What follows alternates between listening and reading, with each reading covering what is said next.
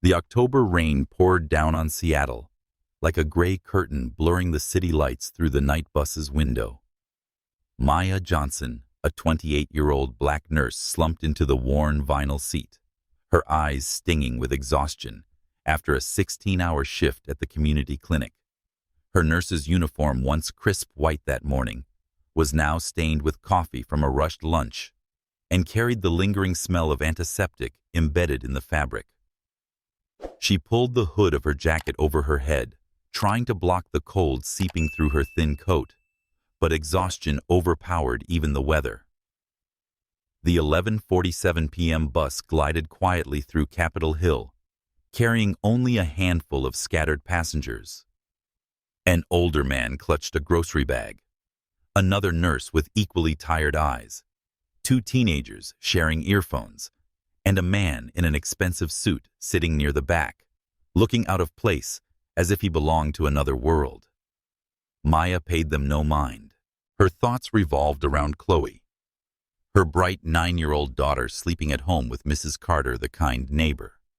Her phone buzzed the screen, displaying a message from Mrs. Carter. Chloe's asleep, tacos in the fridge. "You're a wonderful mom, Maya." Maya's heart twisted. With her advanced math homework and big dreams, Chloe had to make dinner and go to bed alone. Maya wondered if she was truly a wonderful mom when she missed many of her daughter's moments. The bus swayed around a curve, the rain tapping steadily on the windows like a lullaby. Maya propped her chin on her hand, her eyelids heavy. She didn't notice her head gradually tilting, resting on a broad, warm shoulder that smelled faintly of cedarwood and expensive cologne. In her drowsy haze, she was back in college under the oak trees at the University of Washington, where she and Ethan Caldwell studied together, with his green eyes flecked with gold and a smile that made her heart skip. Ethan had turned dry physics lessons into poetry. They dreamed of a shared future, she as a surgeon, he as a tech engineer, and a small house with a garden for their children to play in. But then Ethan vanished without explanation, leaving her with a broken heart and a secret she hadn't had the chance to share. "Hey," a gentle voice pulled Maya from her dream. "I think this is your stop." Maya jolted awake, her eyes opening. The dim fluorescent light illuminated the face of the man beside her. Green eyes with golden flecks, brown hair with a stubborn curl at the crown, and features sharper than her memories, but unmistakable. Ethan Caldwell. Maya's heart seemed to stop. "Ethan," she whispered, her voice faltering, half pain, half disbelief. Ethan stared at her, his eyes widening in shock. "Oh my God, Maya," he breathed, as if afraid speaking too loudly would make her disappear. His hand hovered in the air as if wanting to touch her, but not daring to. Time seemed to freeze, leaving only the sound of rain and their quickened breaths. "Miss getting off or staying?" The driver's voice called from the front, shattering the moment. Maya stood abruptly, her hands trembling as she grabbed her bag. I'm sorry," she mumbled, not daring to look back at Ethan.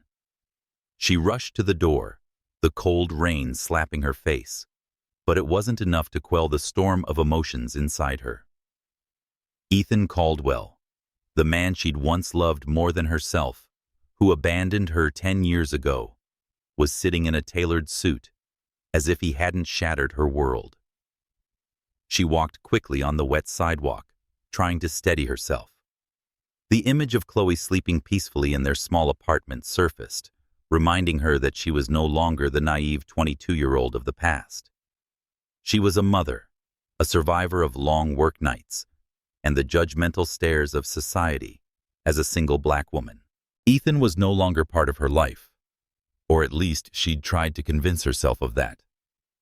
But behind her she heard the sound of expensive leather shoes on the pavement. "Maya, wait." Ethan called, his voice blending with the rain.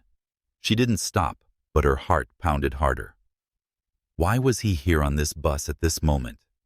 And why, after everything, did a part of her still want to turn back to hear his explanation? She stopped under a streetlight, her breath forming a mist in the cold air. Ethan stood a few steps away. His suit soaked his hair plastered to his forehead. Maya, I don't know what to say. He began, his voice trembling. But I need to talk to you. Now. Maya turned, her eyes blazing with anger and pain. After 10 years without a single call, not one letter. You want to talk now? Her voice broke, but she held her back straight, refusing to let him see her weakness.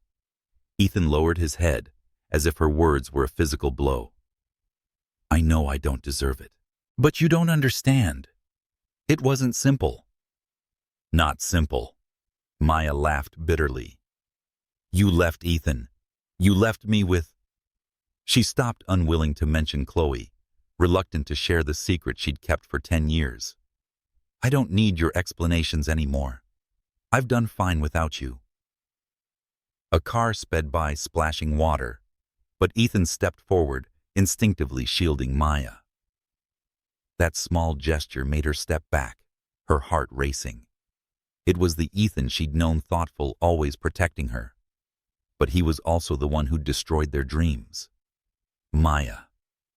Just give me 1 minute, Ethan said, his eyes gleaming with desperation. I never wanted to leave you. My father. Maya's phone buzzed, interrupting him. Mrs. Carter's number. Maya, Chloe woke up asking for you. She had a nightmare about the math competition. Maya took a deep breath, slipping back into her role as a mother. I have to go, she said, her voice cold. My daughter needs me. Ethan froze. Daughter, he repeated, his voice hoarse. Maya looked at him, seeing realization flicker in his eyes. But she did not explain. She turned and walked into the rain, leaving Ethan under the streetlight, his pained gaze following her. She climbed the stairs to her apartment, each step heavy. In the room, Chloe clutched her stuffed elephant, the prize Ethan had won for Maya at a college fair. Mom. I dreamed I lost the math competition, Chloe whispered. Maya hugged her, promising always to be there. But inside, she knew Ethan was back, and the life she'd carefully built was trembling. Miles away, Ethan sat in his Mercedes, staring at the rain. He remembered the day he left Seattle, when his father, Charles Caldwell, threatened to revoke Maya's scholarship and deport her mother if he didn't end the relationship. As a scared 20-year-old, Ethan obeyed, thinking leaving was the way to protect Maya. Now, seeing her strong but carrying the scars he'd left, he knew he'd been wrong. And her words, my daughter, cut like a knife. Could it be? He called his driver, head back to Capitol Hill. Now. Under the rain, he stood outside Maya's building, looking up at the third-floor light. He didn't know where to begin, but knew he couldn't leave again. This meeting was fate. He would fight to fix what he'd destroyed. The rain continued to fall relentlessly as Maya stepped into her small Capitol Hill apartment, her wet shoes leaving water trails on the worn wooden floor. The faint kitchen light cast a dim glow over the dining table, where a stack of unpaid bills sat next to Chloe's advanced math notebook. Maya shed her coat, hanging it by the door, and quietly walked to her daughter's room. 9 years old, Chloe slept peacefully in bed, clutching the stuffed elephant, a prize Ethan had won for Maya at a college fair 10 years ago. On the nightstand, an old photo rested in a wooden frame, Maya beaming brightly, Ethan's arm around her waist, but his face had been cut out, leaving only a faded memory of happier days. Maya sat beside Chloe, gently stroking her hair. The girl's face was serene, but Maya knew questions about her absent father still lingered in her mind. Do I have a dad? Mom? Chloe had asked at 4, after seeing friends picked up by their fathers at the park. Maya always answered, you have me and I love you enough for both of us. But tonight, after the unexpected encounter with Ethan, those words no longer felt sufficient to soothe her heart. Ethan Caldwell, the man she'd once loved more than herself, who had abandoned her without explanation, had reappeared like a ghost from the past, threatening to unravel the life she'd built. She recalled their college days, when she and Ethan shared a physics class at the University of Washington. As a black woman on a full scholarship, Maya always felt she had to work twice as hard to prove her worth. Ethan, with his easy smile and sharp mind, never made her feel lesser. He helped her study, brought coffee during late-night cram sessions, and traced imaginary constellations on her hand as they lay on the grass. They dreamed of a shared future. She, as a surgeon, is building world-changing technology. But the summer of their junior year, Ethan vanished. His phone was disconnected, their shared apartment empty, with only a note. "I'm sorry, Maya. I have to go." 2 weeks later, she discovered she was pregnant. She called him dozens of times and left pleading messages, but got only number, not in service. She cried until she had no tears left, then stood up and resolved to be a single mother. Motherhood wasn't easy, especially for a young black woman. Maya faced scrutiny from colleagues at the clinic and whispers from parents at Chloe's school that she was too young to raise a child alone. She worked 3 jobs, nurse by day online, tutor in the afternoons, and weekend catering server to ensure Chloe had books, clothes, and a roof over her head. But the loneliness was the hardest to bear. On nights when Chloe slept, Maya sat alone, wondering if she could give her daughter everything she deserved. Now, with Ethan's return, she didn't know if she could face the old pain again. Miles away in a luxurious penthouse overlooking Elliott Bay, Ethan sat in a leather chair, a glass of bourbon in his hand, failing to calm the storm within. The expansive apartment with its glass walls and minimalist furniture felt as cold as his mood. He stared out at the rain, but saw only Maya's face, her deep brown eyes now full of hurt, her trembling voice saying, "My daughter needs me." The word daughter was a knife stirring, a suspicion he dared not face. Was she his? If so, what had he missed? Ethan remembered the day he left Seattle, a decision that haunted him for 10 years. His father, Charles Caldwell, a wealthy white businessman, disapproved of his relationship with Maya.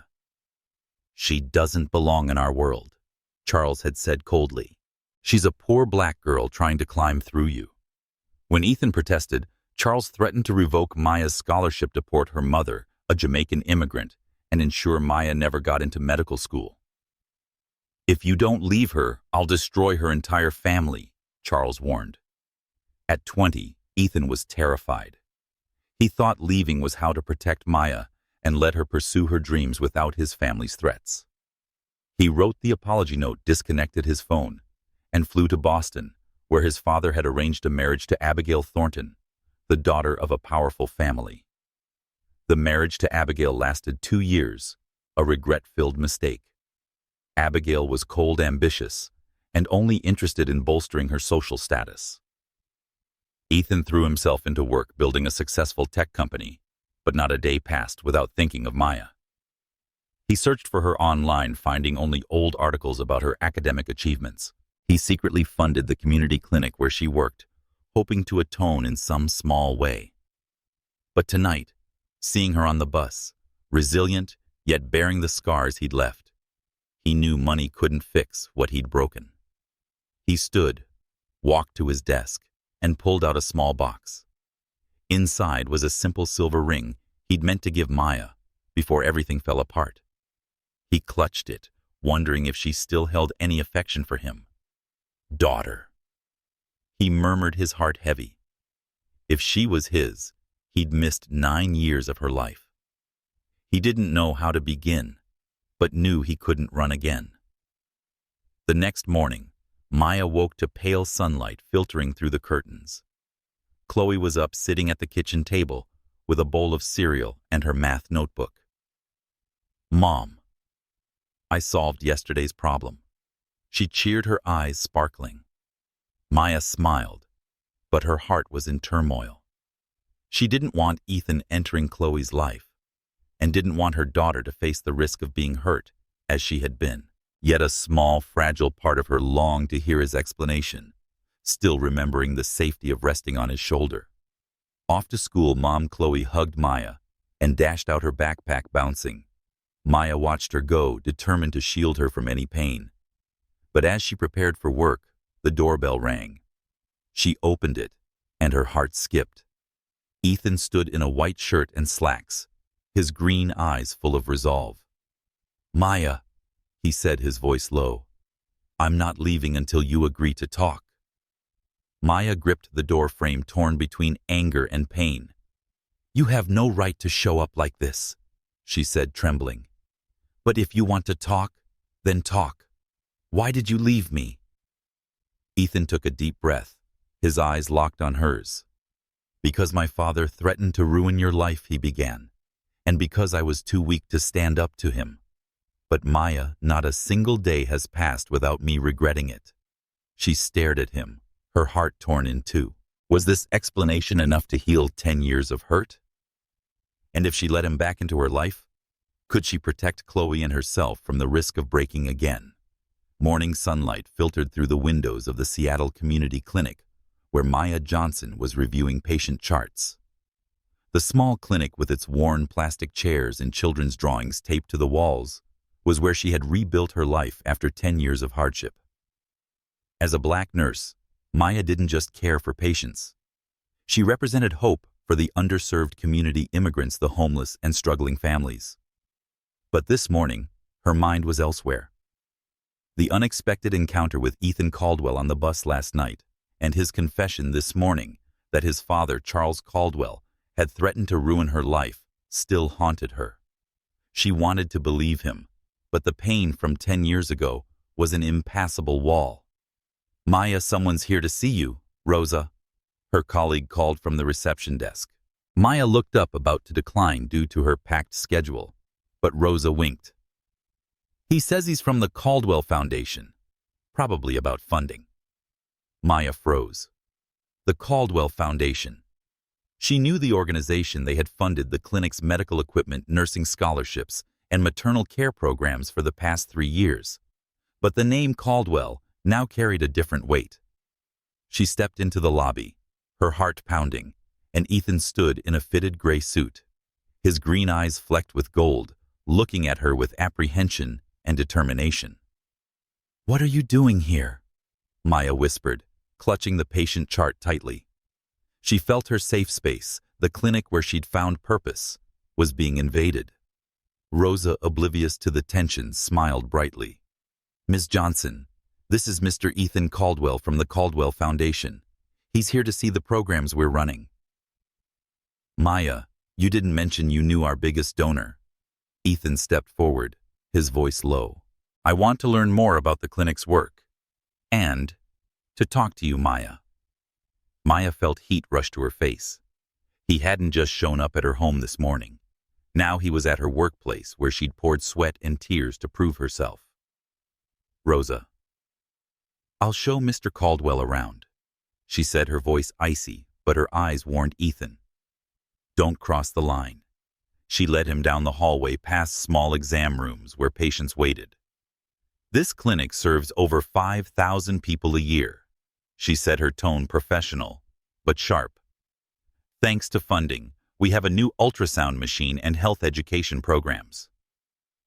"What else do you want to know?" Ethan stopped, looking at her. "Maya, I'm not just here for the clinic. I need to talk about yesterday. About what happened 10 years ago." Here, Maya turned, her eyes blazing with anger. "You think you can walk into my life and workplace and demand to explain? This is my space, Ethan. You have no right." "I know," Ethan said, his voice hoarse, "but I can't just stand by and watch you suffer. I was wrong to leave Maya. My father threatened to revoke your scholarship, deport your mother, and block your path to medical school. I was 20, scared, and thought leaving was the only way to protect you. But I was wrong. Every day for the past 10 years I've regretted it." Maya stepped back, her hands trembling. His words were a knife, both explaining and reopening old wounds. She remembered the nights crying alone, pregnant with Chloe, and giving up her dream of becoming a surgeon. She remembered the judgmental stares from society, a young black woman pregnant out of wedlock seen as a burden. But she also remembered how Ethan had once made her feel enough, calling her the smartest person I've ever known. Was he telling the truth? Or was this just a way to ease his guilt? 3 years, Maya said, her voice lowering. You've been funding this clinic for 3 years, meaning you knew I was here. You knew I was struggling, but you never reached out. Why, Ethan? If you regretted it, why say nothing? Ethan bowed his head, his hands clenching. Because I was afraid. Afraid you'd moved on, built a life without me. Afraid you'd look at me the way you're looking at me now, like I'm a destroyer. But when I saw you on the bus, I knew I couldn't hide anymore. Maya, I want to make things right. Make things right. Maya laughed bitterly. You think money can fix 10 years of me raising Chloe alone? The nights I worked until I collapsed the times, Chloe asked why she didn't have a dad. You can't just walk in and pretend everything will be okay. Ethan opened his mouth to respond, but another nurse called down the hall. Ms. Johnson, the patient in room 3 needs you. Maya took a deep breath, regaining her composure. I have work to do, she said to Ethan. Don't come back here. This is where I rebuilt my life, not where you get to atone. She turned away, but Ethan called after her. Maya, I won't give up. I'll prove I'm not the man who left back then. She didn't respond, but his words echoed in her mind all day. Ethan's image lingered as she bandaged a patient, taught a young mother how to care for her child, or smiled at colleagues. She was angry at him, but a part of her, the part she tried to bury, wanted to believe he'd changed. She remembered how he'd shielded her from the splash on the street, a small but familiar gesture. But she also remembered the pain of his disappearance, and she couldn't risk her heart, or worse, Chloe's. Meanwhile, Ethan left the clinic sitting in his car as light rain fell. He thought of Maya, not the hopeful 22-year-old he'd loved, but the strong, resilient woman before him today. He knew she'd overcome things he couldn't imagine, making him feel even less worthy.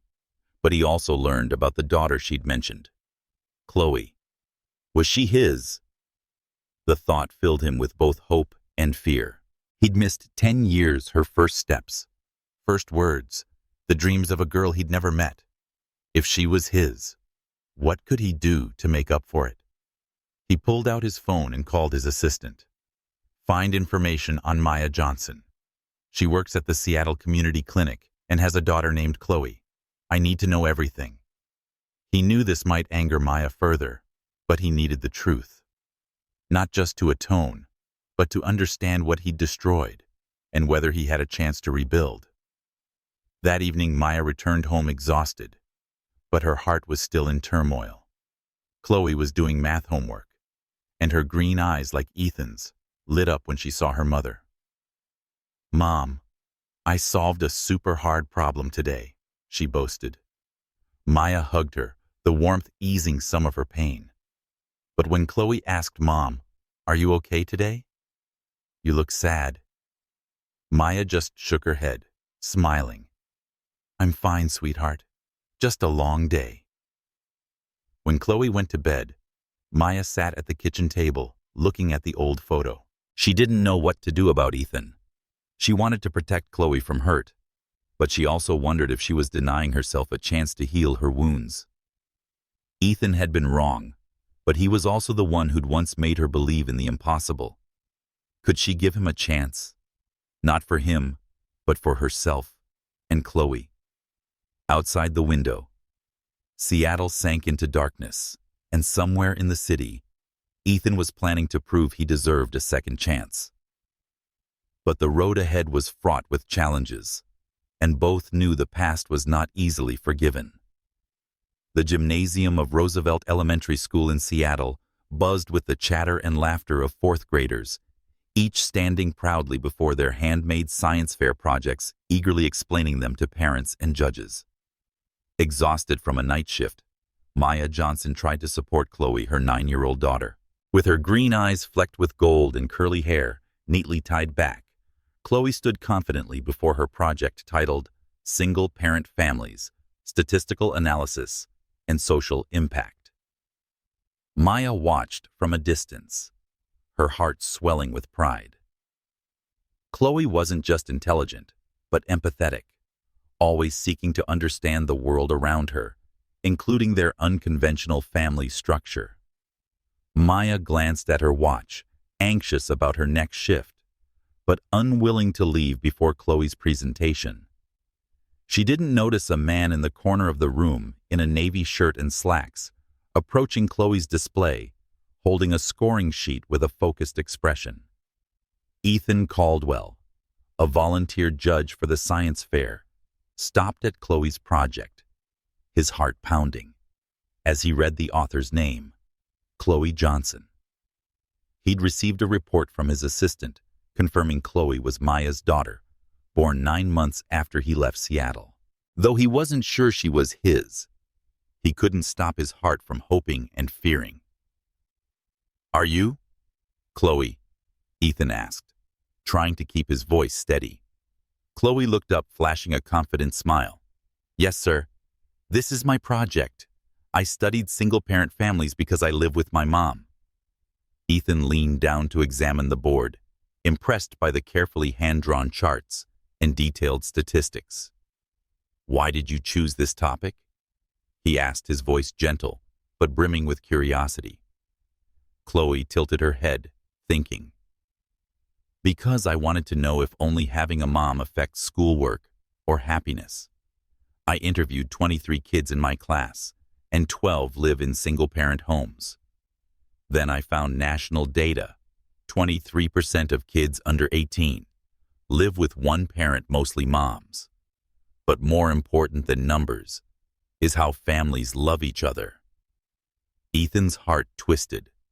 Chloe was analyzing her life, a life without a father, which he might have caused. "What's your conclusion?" he asked, masking his emotions. Chloe pointed to a chart.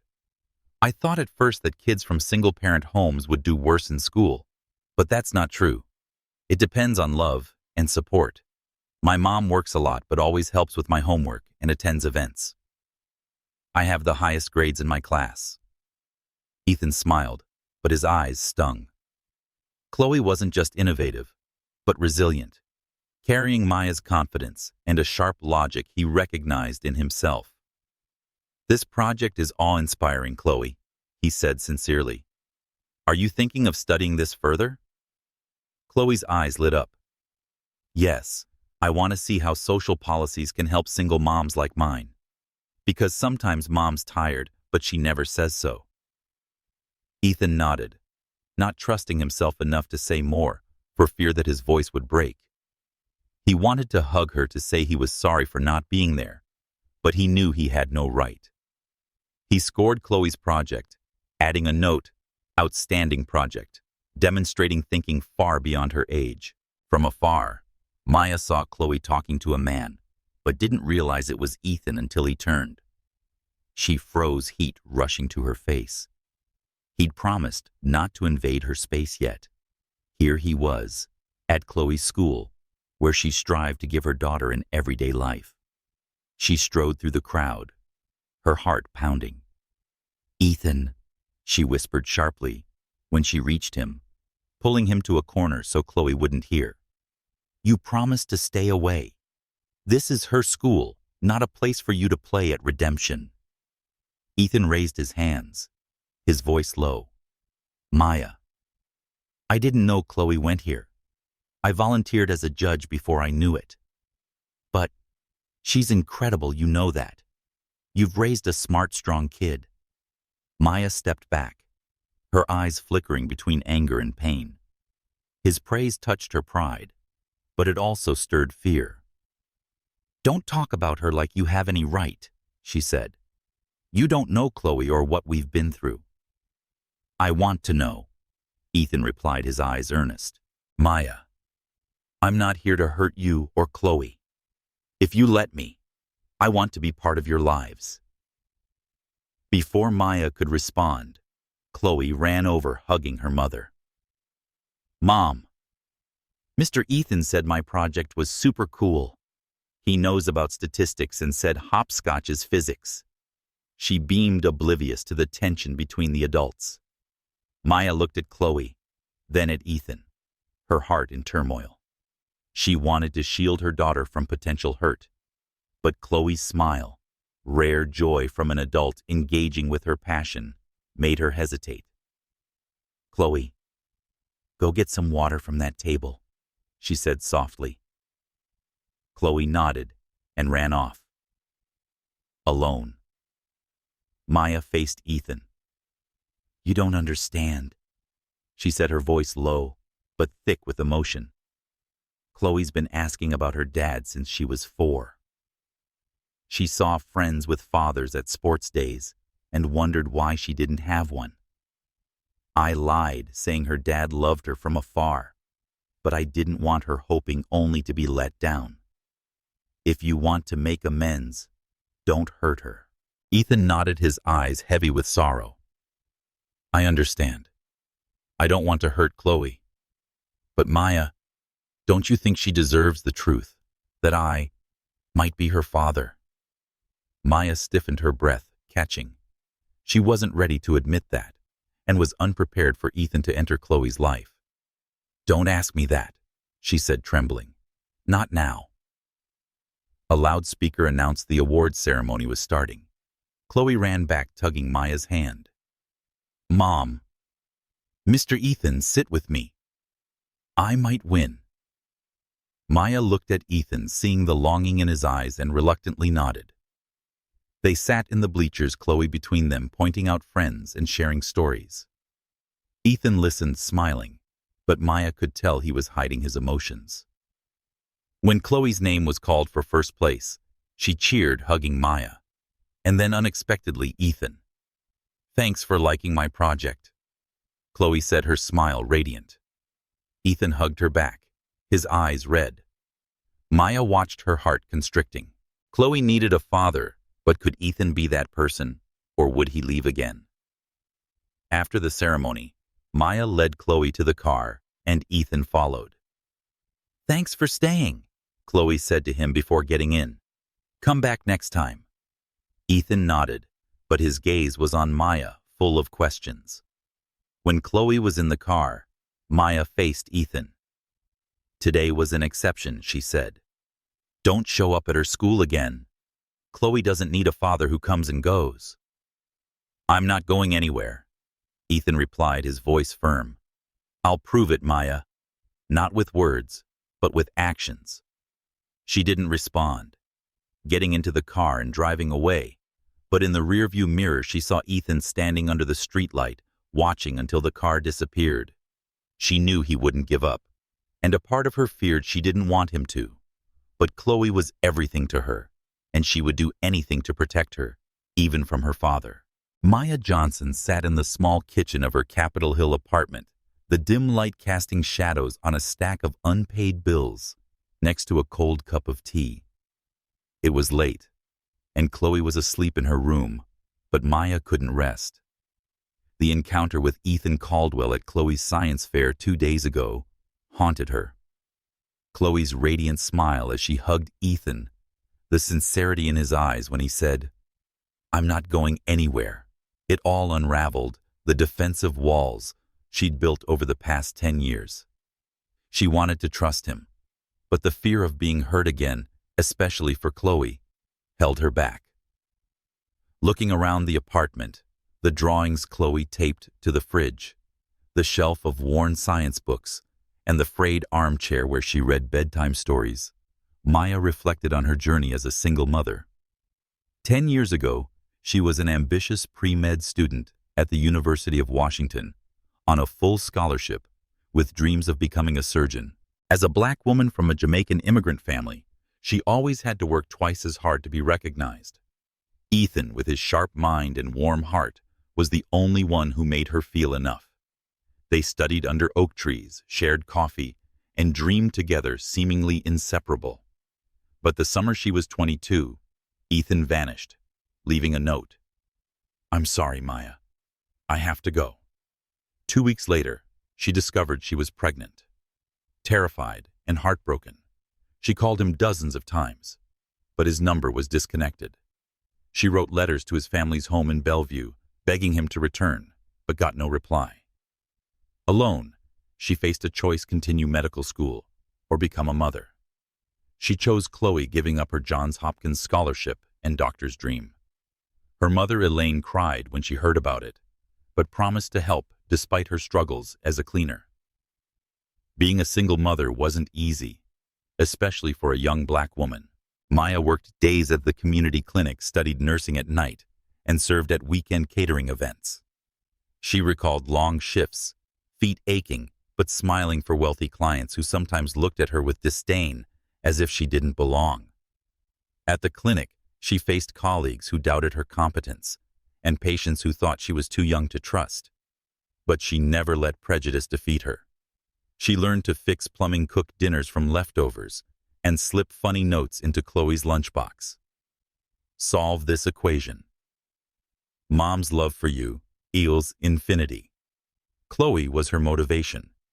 From a young age, she showed extraordinary intelligence, teaching herself advanced math and dismantling electronics to explore. However, Chloe was also sensitive, asking about her father when she saw friends' dads at school. "Your dad is smart and loves you from afar," Maya said, though each time her heart ached. She feared Chloe would hope and be disappointed, as she had hoped for Ethan's return. Now Ethan was back, and Maya didn't know what to do. He'd started appearing at Chloe's school, volunteering at book fairs, fixing computers in the lab, and signing up as a science club coach. Maya was furious at him for invading her daughter's space, but she couldn't deny how Chloe lit up talking about Mr. Ethan. "Last night," Chloe said, "Mr. Ethan said hopscotch is physics, Mom. He gets me." Her innocent words shook Maya. Chloe needed a father, but could Ethan stay, or would he leave again like 10 years ago? Meanwhile, Ethan sat in his tech company's office overlooking Seattle at night. He'd just received his assistant's report. Chloe Johnson, 9, born July 18, 2016, 9 months after his last time with Maya. No father was listed on the birth certificate, but Chloe's green eyes and logical mind were undeniable proof. He was her father, a realization that filled him with joy and drowned him in guilt. He'd missed 9 years, her first step smile, the nights she asked about her dad. Ethan recalled his brief marriage to Abigail Thornton, the wife his father chose. Abigail was cold, caring only for status, and their life was an empty routine. After the divorce, he threw himself into work, building a multi-million-dollar company, but never filling the void Maya left. He secretly funded her clinic, thinking it was atonement. But now, facing Maya and Chloe, he knew money couldn't fix what he'd broken. He wanted to be the father Chloe needed, the man Maya once loved, but feared he wasn't worthy of. He opened a drawer, pulling out the silver ring he'd meant to give Maya. "I have to prove I've changed," he muttered. He called his assistant. "Sign me up as a regular volunteer at Roosevelt Elementary and find ways to support educational programs for underprivileged students." He knew Maya would be angry, but he needed to be near Chloe to build trust step by step. The next morning, Maya drove Chloe to school, her heart heavy. She'd gotten a text from Mrs. Carter. "Chloe talked about Mr. Ethan all last night. She likes him." Maya gripped the steering wheel, wrestling with her emotions. As Chloe left, she turned back. "Mom, Mr. Ethan's coming to science club this afternoon. I want to show him my planet model." Maya forced a smile. "I'm not sure, sweetheart, but I'll try to pick you up." Chloe nodded, running into school, her backpack bouncing.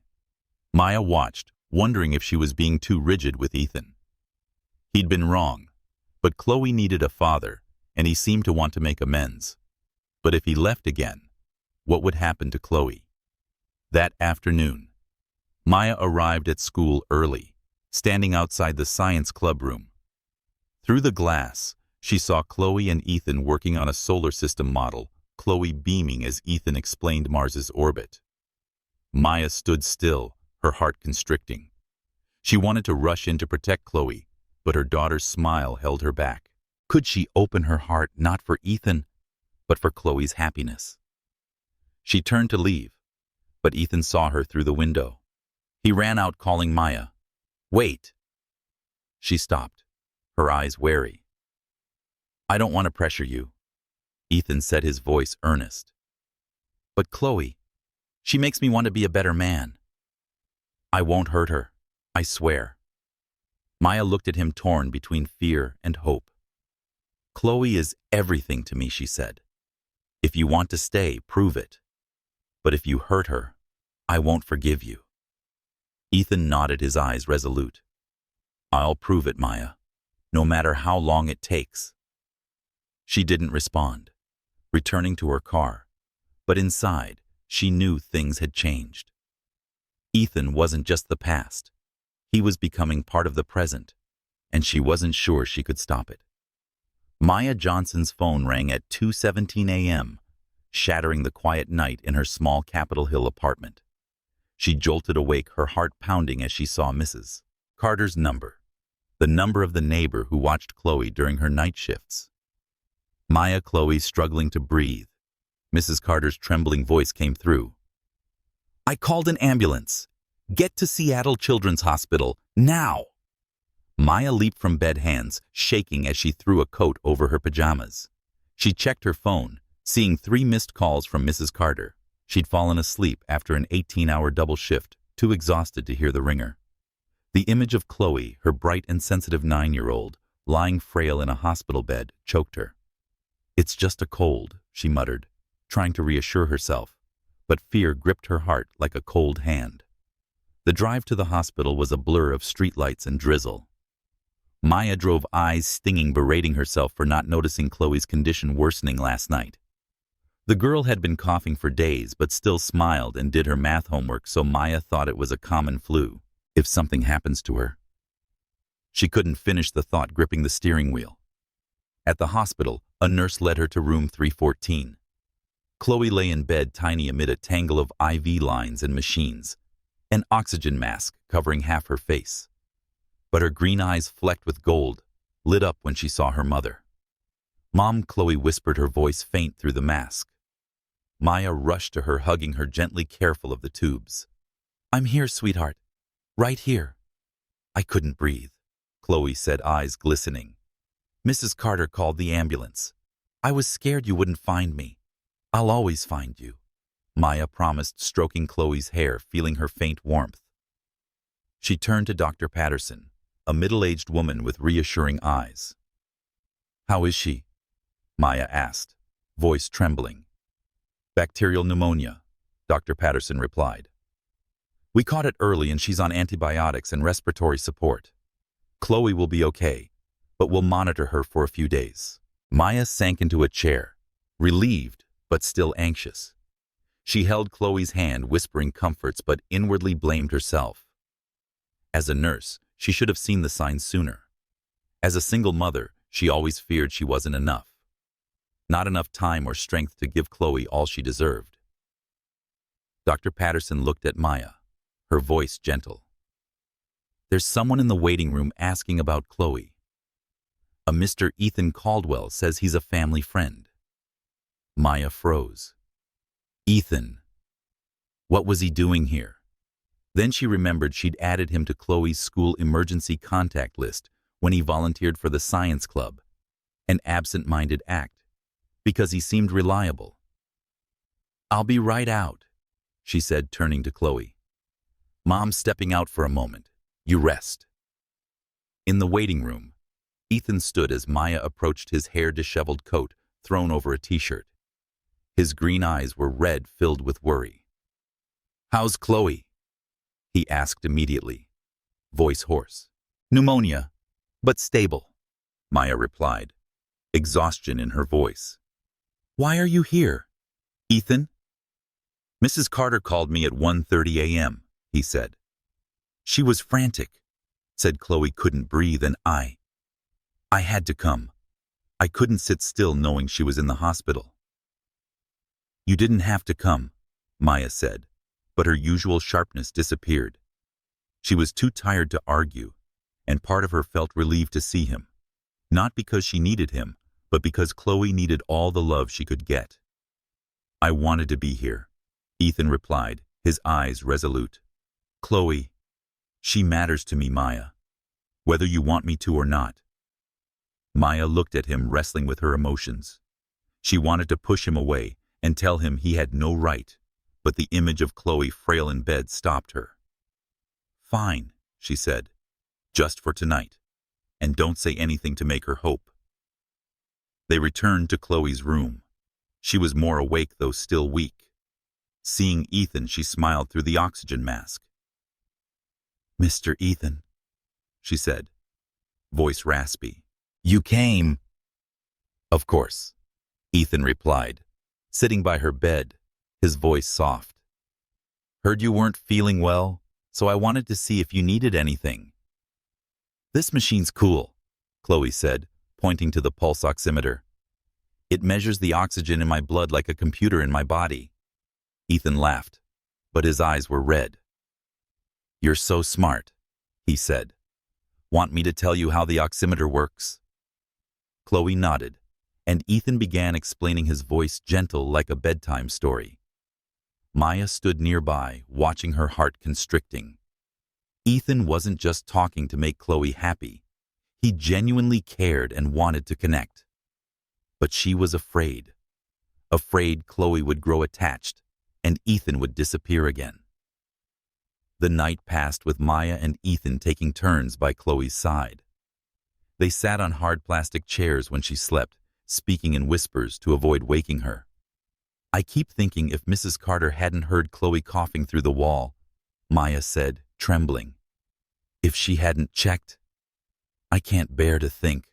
"But she was there," Ethan said firmly. "And Chloe's okay. You can't blame yourself." Maya hugged herself, eyes stinging. "I'm her mom. I should have known. Being a single parent. Sometimes I'm terrified I'm not enough. I work too much and miss too much. If something happened to Chloe—" "You're not failing," Ethan interrupted, voice low. "You've given Chloe an amazing mom, a community that loves her. Mrs. Carter, the school, the clinic, the family you built for her. I'm the one who failed for not being there." Maya looked at him, surprised by his sincerity. "Why did you leave Ethan?" she asked quietly. "Not the excuse about your father. Why didn't you come back even to see if I was okay?" Ethan bowed his head, hands clenching. "Because I was a coward. I thought you'd be better off without me. My father said you'd be ruined if you stayed with me, and I believed him. Then I was too afraid to face what I'd done. But Maya, not a day went by that I didn't think of you." She shook her head, tears falling. "I didn't just lose a boyfriend, Ethan. I lost my best friend, the person who made me believe I could do anything. I lost the future we dreamed of." "I know," Ethan said, his voice breaking. "I'm sorry, Maya. I can't change the past, but I want to be here now for you and Chloe." She didn't respond, turning to watch Chloe sleep. She spoke as if to herself. "When I was pregnant, I craved mint chocolate chip ice cream at 3 a.m. I went to birthing classes alone, practicing breathing with a pillow. I first saw her green eyes when Chloe was born, just like yours. She said mama at 10 months and walked at 11 months. At 3, she took apart the toaster to see inside, then put it back together better. She's asked about you since she was 4, and I told her you were smart, loving her from afar. But every time I was scared, she'd hate me for lying." Ethan listened, tears falling silently. "Thank you," he whispered. "Thank you for giving Chloe everything, even when I wasn't there." Maya looked at him, seeing not the wealthy CEO, but the 20-year-old who once loved her. "I haven't forgiven you," she said. "But tonight for Chloe, you can stay." They stayed until morning caring for Chloe together. When she woke, seeing her mom and Ethan beside her, Chloe smiled. "Mom." "Mr. Ethan, I'm not scared anymore," she said, "because you're both here." Maya and Ethan exchanged a look. A fragile moment of connection. They were a family, if only for tonight. But as the sun rose, Maya knew the bigger question loomed. Could she trust Ethan enough to let him into Chloe's life forever?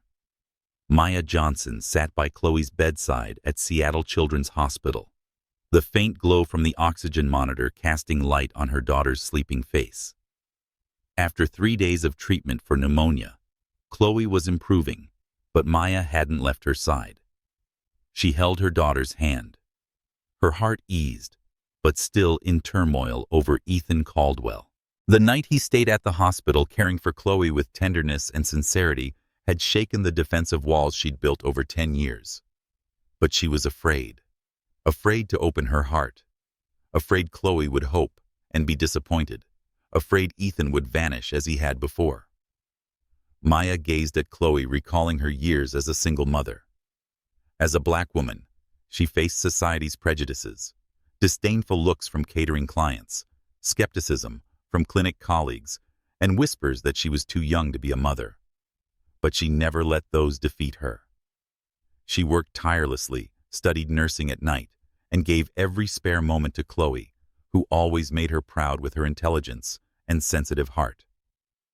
Now Ethan wanted to be part of their lives, but Maya wasn't sure she could trust him, or if Chloe could withstand another loss. Miles away, Ethan sat in a private investigator's office in downtown Seattle, clutching a thick file. After the night at the hospital, he'd hired Marcus Webb to uncover the truth about what happened 10 years ago when he left Maya under pressure from his father, Charles Caldwell. He needed to know if Charles had done anything to keep them apart, and whether Maya had tried to reach him when pregnant with Chloe. Marcus slid the file across the desk. "You sure you want to see this?" he asked, voice low. Ethan nodded, though his heart raced. He opened the file and its contents took his breath away. First were call logs from Maya's number showing 37 calls to his old phone, 2 weeks after he left Seattle. One call at 11:47 p.m. lasted 13 minutes, likely Maya listening to the number not in service message, hoping it was a mistake. Another at 2:15 a.m. lasted 30 seconds, a desperate attempt in the dead of night. On November 8th, she called repeatedly for 45 minutes, surely crying and pleading. Next were 7 letters Maya sent to the Caldwell family home in Bellevue, all signed for by Charles.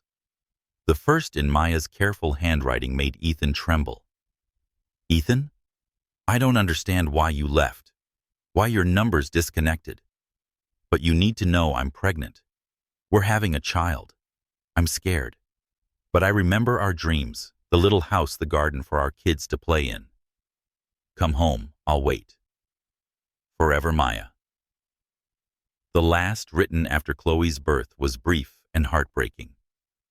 Chloe was born July 18th. She has your eyes green like a forest. I'm not angry anymore. I hope you're okay. I'll raise her strong and smart. Goodbye, Ethan. Charles had intercepted everything.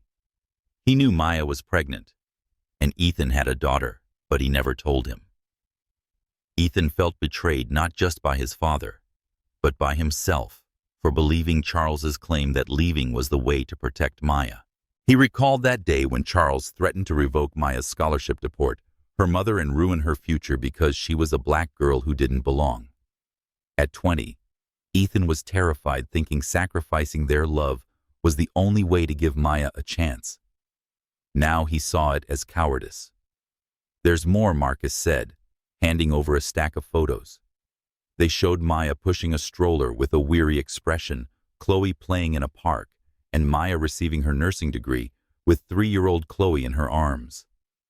Charles had hired someone to monitor them for 5 years, ensuring Maya didn't cause trouble. Ethan clenched his fists, rage and pain surging. His father hadn't just separated them. He'd turned Maya and Chloe's lives into a controlled experiment. "I need to see him," Ethan said, voice steely. He left the office, driving to the Caldwell family mansion in Bellevue, where he'd grown up under his father's pressure. Charles was in the living room holding a glass of brandy, his eyes cold as Ethan entered. "What are you doing here?" Charles asked, their voice calm. Ethan threw the file onto the table. "You knew I had a daughter. You intercepted Maya's letters and had her and Chloe follow for 5 years. You stole my family?" Charles sipped his brandy, unrepentant. "I did what was necessary to protect you. She was a mistake, Ethan, a poor black girl pregnant to trap you. You're successful because of me, CEO Millionaire. If you'd stayed with her, you'd be nothing." Ethan laughed bitterly. "Successful? I've lived 10 years as an empty shell because of you." Maya raised Chloe alone, working 3 jobs and studying nursing, and still gave her a life full of love. "She's stronger than you and me combined." Charles shrugged. "You want to throw it all away for her and the kid? Fine. I'll cut you out of the inheritance, the company." "Good," Ethan replied without hesitation. "I don't want anything from you. I'm resigning from the company effective today. I'll spend my life making things right with Maya and Chloe." Charles called after him as he left. "You'll regret this." But Ethan didn't look back. As the mansion door closed, he felt free for the first time in 10 years. He was no longer the scared 20-year-old. He was a father, determined to make amends. Meanwhile, Maya returned home after Chloe's discharge. The girl was stronger but tired, curled up on the armchair with a science book. "Mom, will Mr. Ethan come visit?" Chloe asked, eyes bright. "He told me about the oxygen monitor, which was so cool." Maya forced a smile, heart in turmoil. "I don't know, sweetheart. He's swamped." But Chloe looked at her perceptive as always. "You don't like Mr. Ethan, do you? But I think he's nice. He makes me feel like someone gets me." Chloe's words cut like a knife. Maya hugged her, grappling with fear. She didn't want Chloe to grow attached to Ethan, but she didn't want her to feel deprived of love. "I just want to protect you," she whispered. The doorbell rang. Maya opened it to find Ethan, eyes red but resolute. "Maya, I need to talk," he said. "I know the truth about what my father did. He intercepted your letters, knew about Chloe and I. I never knew." Maya stepped back, hands trembling. "Letters. You never got my letters." Ethan recounted the file. The letters, the photos, his voice breaking. "I confronted him. I gave up the company, the inheritance, everything. Maya, I want to be here for you and Chloe. Not out of guilt, but because I love you and want to be Chloe's father." Maya looked at him, her heart wavering. She wanted to believe, but fear still gripped her. "Chloe is everything to me," she said. "If you want to stay, prove it. But if you hurt her, I won't forgive you." Ethan nodded. "I'll prove it, even if it takes a lifetime." She closed the door, but inside she knew another door had cracked open. Ethan had faced his past. Could she find the courage to do the same? The small Capitol Hill apartment was filled with warm light and purple balloons, Chloe Johnson's favorite color, as she prepared to celebrate her 10th birthday. Maya Johnson stood in the kitchen mixing chocolate cake batter and trying to focus on her daughter's joy, but her heart was in turmoil. He'd kept his word the past 2 weeks since Ethan Caldwell confronted his father and vowed to stay for her and Chloe. He showed up at Chloe's school daily, helped with her science models, fixed Maya's broken car door, and brought dinner when she was exhausted from shifts. His sincerity shook her, but the fear of being hurt clung tightly. As a black single mother, Maya had learned not to trust promises, especially from the man who once broke her heart. Chloe bounded into the kitchen, her curly hair tied high, her green eyes flecked with gold sparkling. "Mom, is Mr. Ethan here yet? I want to show him my solar system model." Maya smiled, stroking her hair. "Soon, sweetheart. Want to help decorate the cake?"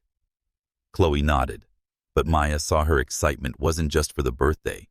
It was for Ethan. The girl was growing attached, calling him Mr. Ethan, with innocent joy, unaware he might be her father. Maya knew the moment of truth was nearing, and she was afraid for Chloe and herself. The doorbell rang. Maya opened it to find Ethan wearing a simple blue shirt, holding a significant gift wrapped in shimmering silver paper. "Happy birthday, Chloe," he said, his smile making Maya's heart skip. She invited him in, trying to stay composed, but his eyes full of hope and resolve unsettled her. Chloe rushed over, hugging Ethan. "Mr. Ethan, what's in the box?" She pointed at the gift, eyes gleaming. Ethan laughed, kneeling to her level. "Something special for a special girl, but cake first." "Okay." The birthday party was lively with chocolate cake, Chloe's laughter, and school stories. Maya watched Ethan, noting how he listened to Chloe with genuine attention, answering her science questions simply yet intelligently. He wasn't trying to impress. He truly wanted to connect. But each time Chloe smiled at Ethan, Maya felt a knot in her chest. She tried to protect her daughter from potential disappointment, but saw Chloe happier than ever. After blowing out the candles, Chloe was allowed to open her gifts. Ethan placed the large box before her. "Close your eyes," he said softly. Chloe giggled, complying. "Open them." Chloe gasped delightfully, squealing at a professional telescope gleaming under the light. "This is really for me?" she asked, hands trembling as she touched the metal. "Like astronomers use." "Really, Ethan?" replied, kneeling beside her. "For you to explore the universe. We can set it up tonight. See the moon, Jupiter, even a nebula." Chloe hugged Ethan tightly, her smile radiant. "Thank you. This is the best gift ever." Maya stood nearby, her heart melting. Ethan wasn't just giving a gift. He was giving Chloe her dreams, something Maya always tried to provide, but often couldn't afford. But Ethan wasn't done. He took a deep breath, glancing at Maya for permission, then turned to Chloe. "There's another gift more important," he said, voice low. "It's not a thing. Want to hear it?" Chloe nodded, eyes curious. Maya clenched her hands, knowing this moment was inevitable. Ethan knelt, looking into Chloe's eyes. "You know how you ask Mom about your dad," he began. "She said he's smart and loves you from afar." Chloe nodded, her gaze wavering. "Yeah, Mom said he's the best person she ever knew." Ethan smiled, but his eyes were red. Mom was right. "And Chloe, I'm your dad." Time seemed to stop. Chloe blinked, looking at Ethan and then at Maya. "Dad? For real?" she asked, her voice small but hopeful. Maya nodded, tears streaming. "For real, sweetheart." Chloe studied Ethan, her eyes searching for truth. Then she broke into a radiant smile, throwing herself into his arms. "I knew it. I do not exactly know, but I felt it. You have eyes like mine, and you get science like me. I always wanted you here."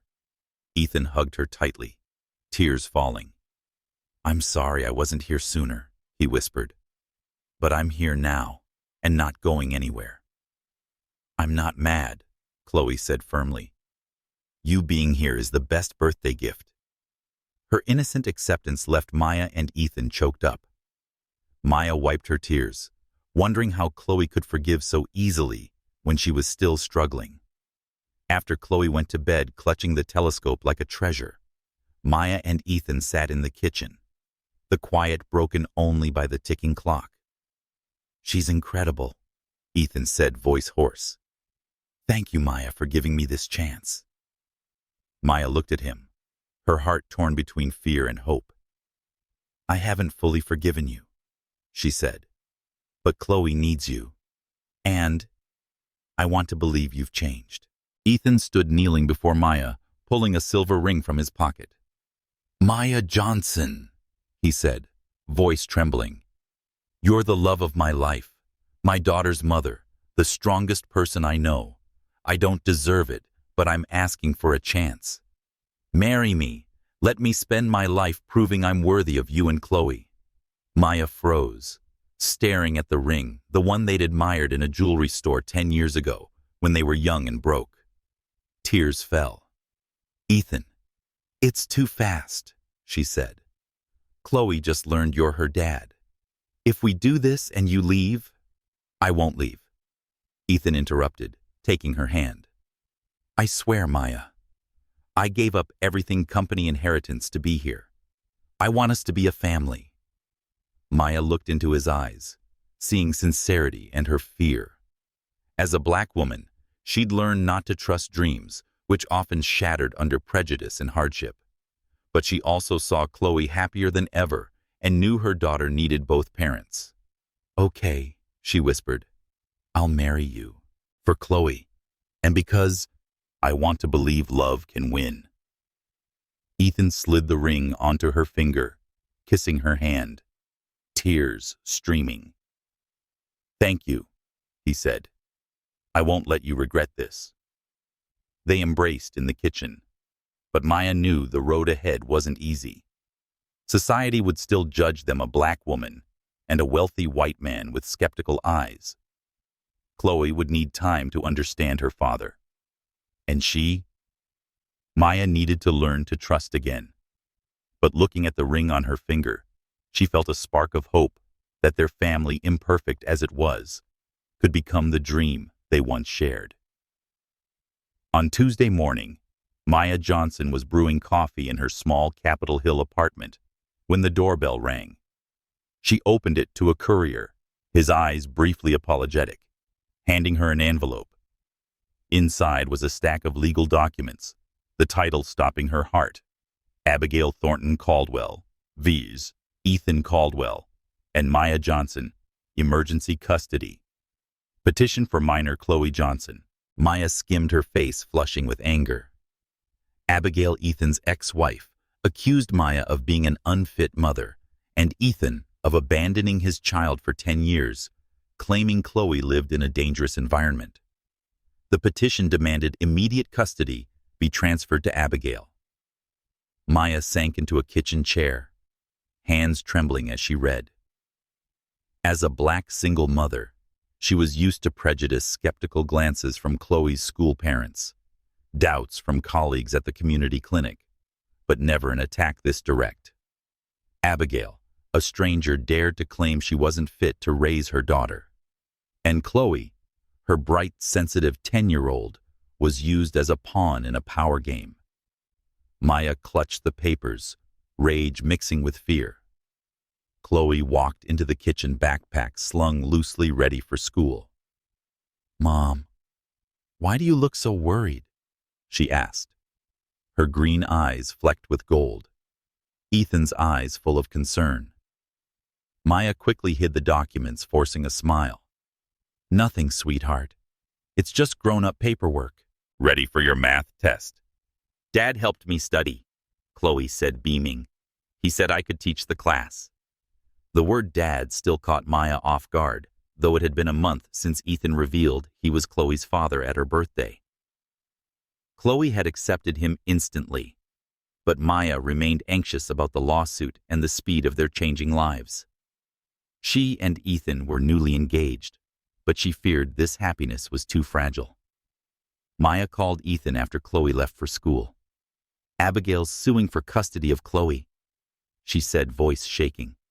"She says I'm unfit, and you're an absentee father." Ethan was silent for a moment, then his voice hardened. "She can't do this. I'll call my lawyer now. Maya, don't worry, we'll handle it." But Maya couldn't help worrying. She knew Abigail, Ethan's ex-wife, daughter of a powerful white Boston family, had money and top lawyers. As a black woman with a modest income, Maya feared the legal system might favor Abigail, despite Chloe being happy with her and Ethan. At noon, Maya's phone buzzed with an unknown number. "Ms. Johnson, this is Abigail Thornton," a cold, aristocratic voice said. "We need to talk. Meet me at the Pike Place Cafe on the second floor in 1 hour. Come alone." Maya hesitated, but the fear of losing Chloe pushed her to agree. "Fine, I'll be there," she said, voice firm despite her racing heart. Abigail sat upright at the cafe overlooking Elliott Bay, her sleek blonde hair tied high, her designer dress accentuating her sharp beauty. She eyed Maya with a calculating gaze, as if she were an obstacle. "You're prettier than I expected," Abigail said, stirring her coffee. "I see why Ethan's obsessed." Maya clenched her hands under the table, staying calm. "What do you want?" Abigail smiled, but her eyes were icy. "I want Ethan back, and I'm willing to use any means, including taking Chloe." Maya froze. "Chloe's my daughter. You have no right." Abigail shrugged. "I don't want to raise a 10-year-old. They're loud and annoying. But Ethan loves family, and Chloe's the perfect leverage. Leave him and I'll drop the lawsuit. Simple." Maya felt her blood boil. "You're threatening to use my daughter to manipulate Chloe's not a pawn."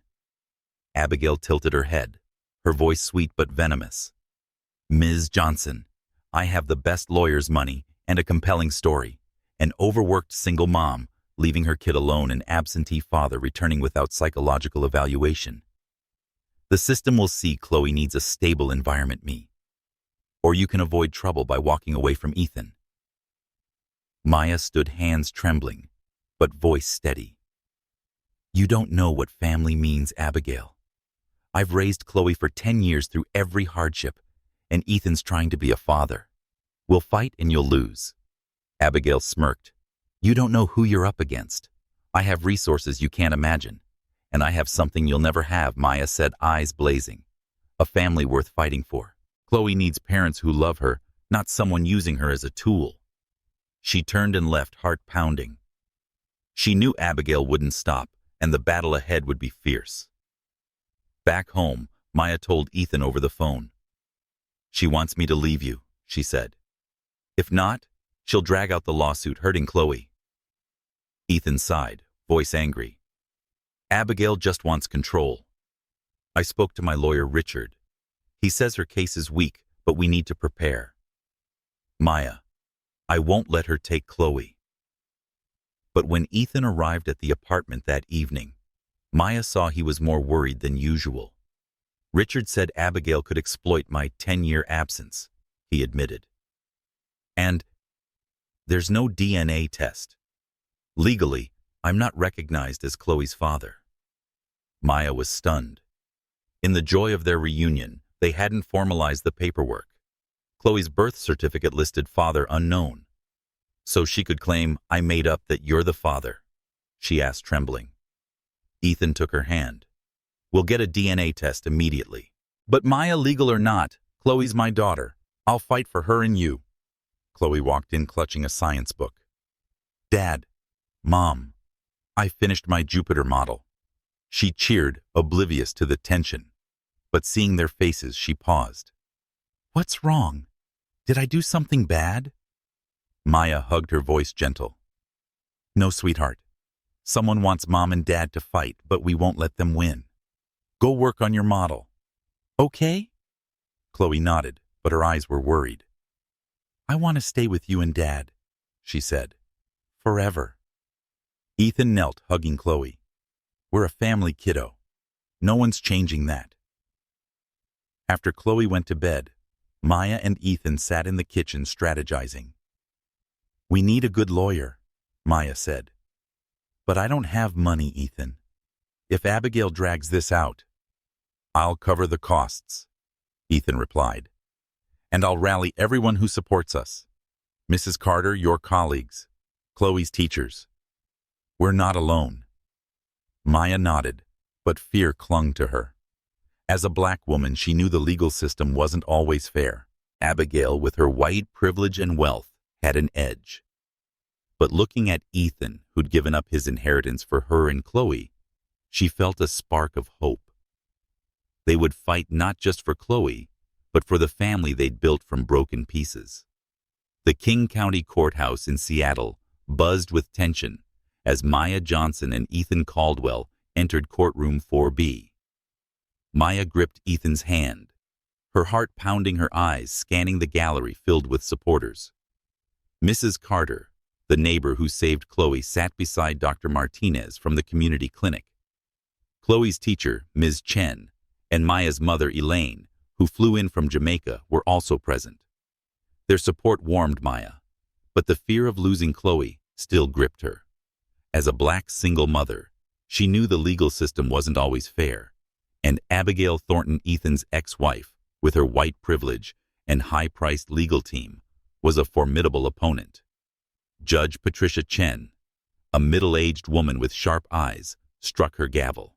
"The sole purpose of this hearing is the best interest of Chloe Johnson," she declared. "Nothing else matters." Abigail's lawyer, David Morrison, opened the door by calling a private investigator who presented photos of Chloe walking home alone. "Ms. Johnson allows a 10-year-old to navigate busy streets, unsupervised," Morrison said, his voice steely.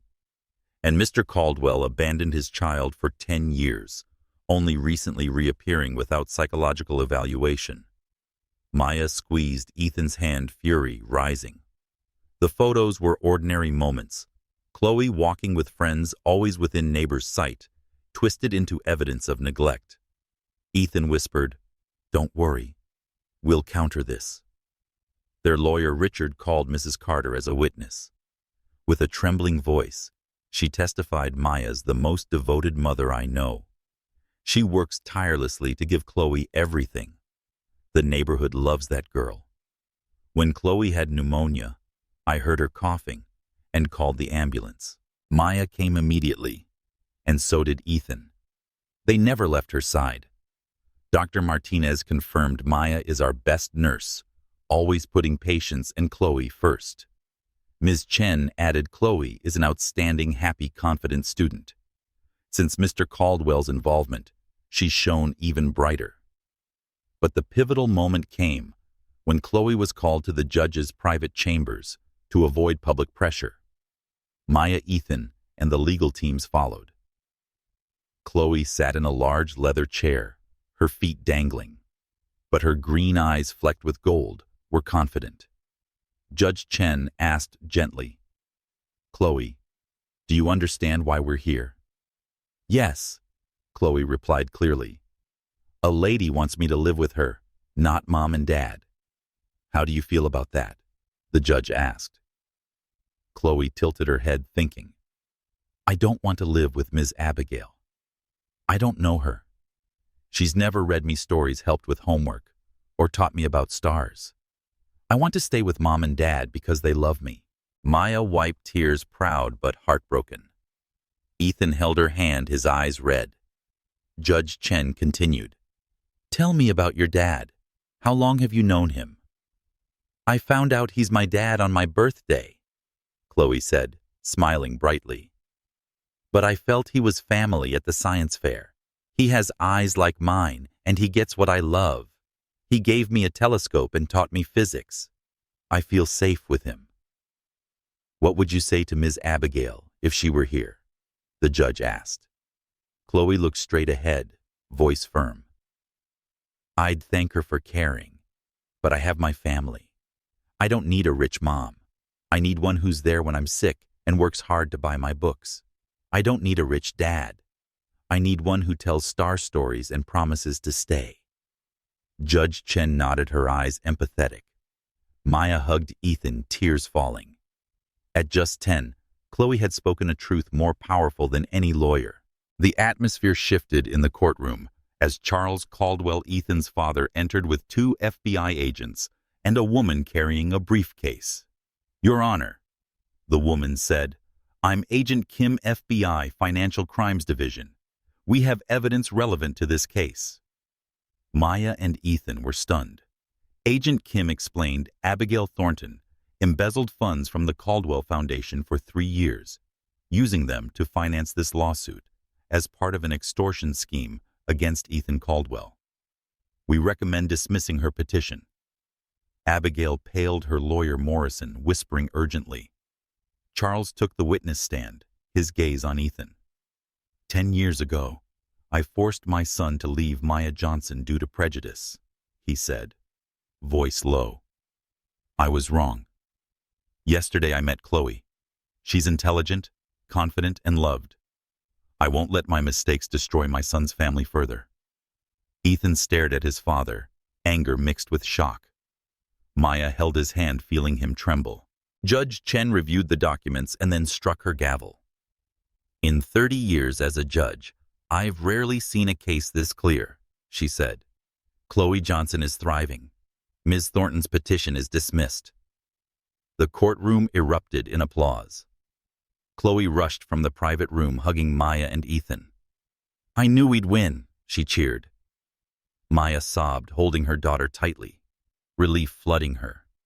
Ethan kissed Chloe's forehead, then hugged Maya, tears streaming. But as they left the courthouse, Charles blocked Ethan's path. You won today, he said coldly, but you'll regret defying me. I'm not done. Ethan met his gaze, voice firm. My family's worth fighting for.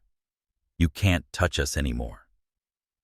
On the drive home, Chloe held both their hands, chattering about her Jupiter model. Maya looked at Ethan, seeing resolve in his eyes. As a black woman, she knew the fight wasn't over prejudice. Charles's pressure and future challenges loomed. But with Chloe between them and the love they'd built, she believed they could overcome anything. 6 months after the trial, summer sunlight bathed the new home of the Johnson-Caldwell family in suburban Seattle. The modest house, with its white picket fence and front yard bursting with daisies, was Ethan's gift to Maya and Chloe after selling his penthouse. Now wearing a wedding band alongside her engagement ring, Maya Johnson stood in the kitchen watching Chloe 10 tackle math homework at the dining table. Ethan Caldwell, no longer a CEO, but the founder of a scholarship fund for single mothers, was fixing a bookshelf in the living room, his rolled-up shirt sleeves dusted with sawdust. This simple domestic scene was something Maya once thought impossible after 10 years as a single black mother. Maya rubbed her belly where the twins were growing, feeling both joy and anxiety. As a black woman, she was used to facing prejudice, curious stares from new neighbors, and whispers that she was lucky to marry Ethan, a formerly wealthy white man. But she refused to let those shake her happiness. She'd just enrolled in medical school again, determined to become a surgeon, as she'd dreamed a decade ago. Ethan supported her, taking on Chloe's school runs to give her study time. Yet the financial strain after Ethan relinquished his family inheritance loomed large. They lived on savings and Ethan's fund income, but Maya feared they'd struggle with twins on the way.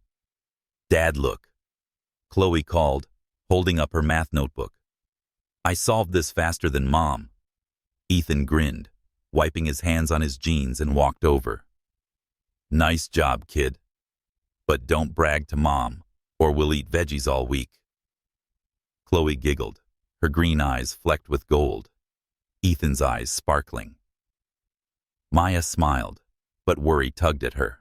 Chloe had bonded with Ethan, naturally calling him Dad, but remained sensitive, sometimes asking Dad's not going anywhere right. Maya knew her daughter feared losing him as she once had. That afternoon, the family prepared for their official wedding. Not the hasty courthouse ceremony post-trial, but a grand celebration by Elliott Bay. Maya wore a simple white dress, accentuating her glowing brown skin, feeling like the 22-year-old who once dreamed of this day with Ethan. Chloe, the flower girl, tossed rose petals, beaming, as Mrs. Carter, Dr. Martinez, Ms. Chen, and Elaine clapped. Ethan gazed at Maya in a navy suit as she approached, eyes teary. You're stunning, he whispered, taking her hand. Before friends and family, They exchanged vows. Maya. Ethan said, trembling, "You gave me a family, a second chance. I promise to stand by you and our kids no matter the hardship." Maya wiped tears, replying, "Ethan, you've shown love can heal. I promise to build a future for our children with you." Chloe, standing nearby, chimed in, "I promise to be the best flower girl," sparking laughter. The reception brimmed with joy. Chocolate cake, Chloe and Ethan's dance, and stories from the community that supported them through the trial. But as night fell, Maya and Ethan sat on garden chairs, her head on his shoulder, heart heavy. "I'm pregnant with twins, Ethan," she said softly. "How will we manage? You gave up the company. I'm just starting school. If we run out of money..." Ethan kissed her forehead, voice steady. "We'll make it like you raised Chloe alone. I'm expanding the scholarship fund, and you'll be the best doctor. We don't need wealth, just each other." Maya nodded, but her worry lingered. As a black woman, she knew society would keep judging, from skeptical glances when she entered medical school to the financial pressures many multiracial families faced. But seeing Chloe dart around the garden with the telescope Ethan gave her, she felt hope. Chloe proved love could overcome hardship, and the twins would grow up in a home filled with it. That night, after Chloe slept, Maya got a text from Elaine. "You make me proud. Your family's strong. Don't fear challenges." Maya smiled, but an email from their lawyer Richard jolted her. "Charles Caldwell is suing Ethan for abandoning the company, seeking asset compensation. We need to prepare." Maya glanced at Ethan reading beside her and chose not to tell him yet. They'd defeated Abigail. They'd face Charles. But she knew this challenge wouldn't be easy. The next morning, the family picnicked on a hill overlooking Puget Sound, bringing Chloe's telescope. "Look, Mom," Chloe squealed, peering at Jupiter. "I see 3 moons." Ethan laughed, guiding her to spot a nebula. Maya sat on a blanket, hand on her belly, watching them. Despite an uncertain future, this moment, Chloe's laughter, Ethan's teaching, and the love surrounding them was enough to keep her going. "I hope the babies are as smart as me," Chloe said, eyeing Maya's belly. Maya laughed. "They'll be smarter because they'll have you, Dad, and me loving them from day one." Ethan took her hand, his eyes full of promise. They didn't have everything, but had each other, their greatest asset. The night sky over a suburban Seattle hill sparkled with stars, as if the universe were weaving a fairy tale. Maya Johnson now. Maya Caldwell lay on a blanket spread across the grass, her hand resting on her belly, where twins stirred with gentle kicks. Beside her, Chloe 10 adjusted the telescope Ethan had gifted her for her birthday, her green eyes flecked with gold gleaming under the moonlight. Ethan Caldwell, the father who missed Chloe's first decade, sat beside his daughter, guiding her to find Jupiter. "Look there, kiddo," he said, pointing to the eyepiece. "Those tiny dots are its moons, Io, Europa, Ganymede. Like Galileo saw 400 years ago," Chloe exclaimed, her voice full of wonder. "It's like we're time traveling with light." Maya smiled, and her heart warmed. This moment, her family gathered sharing simple joy, was something she once thought impossible, as a black single mother facing society's prejudice. The past 6 months, since their wedding by Elliott Bay, had seen their family forge a new life. Maya began medical school determined to become a surgeon, despite skeptical glances from some professors and students, as if a pregnant black woman didn't belong in the lecture hall. Ethan ran a scholarship fund for single mothers, offering hope to women like the Maya of old. But its unsteady income stretched them thin. With her intelligence beyond her years, Chloe adapted quickly to being a big sister, but sometimes asked, "Mom, will we be okay when the babies come?" Maya always smiled, hiding financial worries. but knew Chloe was perceptive enough to sense them. They escaped pressures to stargaze tonight, a new tradition since Chloe's telescope. "Dad, where's the Orion Nebula?" Chloe asked, tweaking the lens. Ethan chuckled, pointing east. "A bit to the right, kiddo. The nebula's where stars are born, like a cosmic nursery." Maya watched them, heart full of hope, but tinged with worry. Last night, the email from their lawyer Richard haunted her. Charles Caldwell, Ethan's father, was suing him for abandoning the family company, seeking millions in damages. Charles, with his white privilege and power, hadn't forgiven Ethan for choosing Maya and Chloe over his inheritance. Maya hadn't told Ethan not wanting to ruin this moment, but knew this threat could shake the life they'd painstakingly built. "I saw a shooting star," Chloe shouted, pointing at the sky. "Make a wish. Mom. Dad." Maya closed her eyes, wishing for her family's safety, and Chloe and the twins to grow up in love. Ethan squeezed her hand, whispering, "I wish we were together forever." Chloe giggled. "I don't need to wish. I have everything, Mom. Dad, and soon my siblings." Chloe's innocent words made Maya wipe away tears.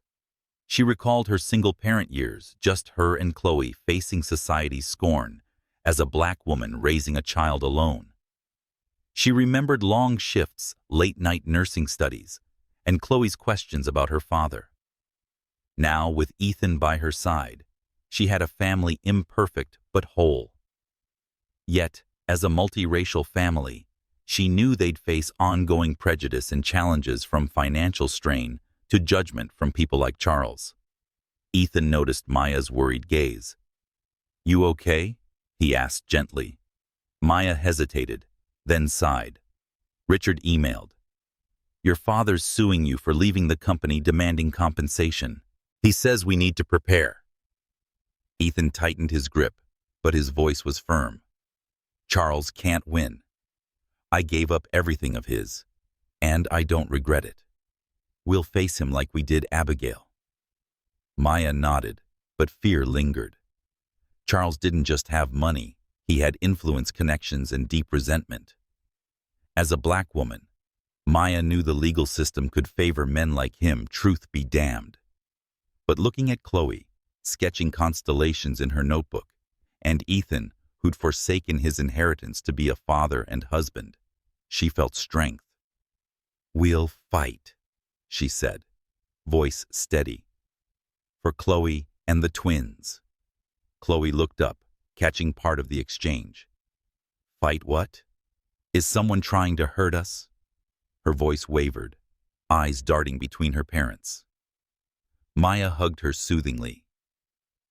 "No one can hurt us, sweetheart. Dad and I are just talking about keeping our family safe." Ethan knelt, meeting Chloe's gaze. "Remember what I promised. I'll never leave you, Mom, or your siblings. No matter what, we're the strongest team." Chloe smiled, hugging him. "I know, Dad. Because we have each other right." Maya watched, tears falling. Chloe was the bridge keeping them strong with her brilliance and sensitive heart. She hadn't just accepted Ethan. She taught them love could conquer fear. "Right, kiddo," Maya said, embracing them both. "We have each other." They lay back on the blanket, gazing at the sky. Chloe talked about Galileo and how he saw Jupiter's moons and changed humanity's view of the cosmos. Ethan added, "Every star's a story, and we're writing ours." Maya smiled, feeling Ethan and Chloe's warmth. Despite Charles's threat and uncertain future, this moment, her family under the stars proved they were strong enough for any challenge. As they packed to leave, Chloe pointed at a bright star. "That's the North Star, right? It guides people." Maya nodded. "Yes, kiddo. It always points the way, no matter how the sky changes." Ethan took Maya's hand, whispering, "You're my North Star, leading me home." She smiled, kissing him, hope surging. They didn't know what Charles would do or what challenges life held, but they had love, a light stronger than any darkness. On the drive home, Chloe dozed, telescope in her lap. Maya glanced at Ethan, driving his eyes resolute. As a black woman, she'd learned to stand firm against prejudice and hardship. As a family, they'd overcome Abigail and old wounds. With Chloe, Ethan, and the twins on the way, Maya knew they'd keep fighting, not for a perfect ending, but for moments like tonight, when the stars guided them and love was everything.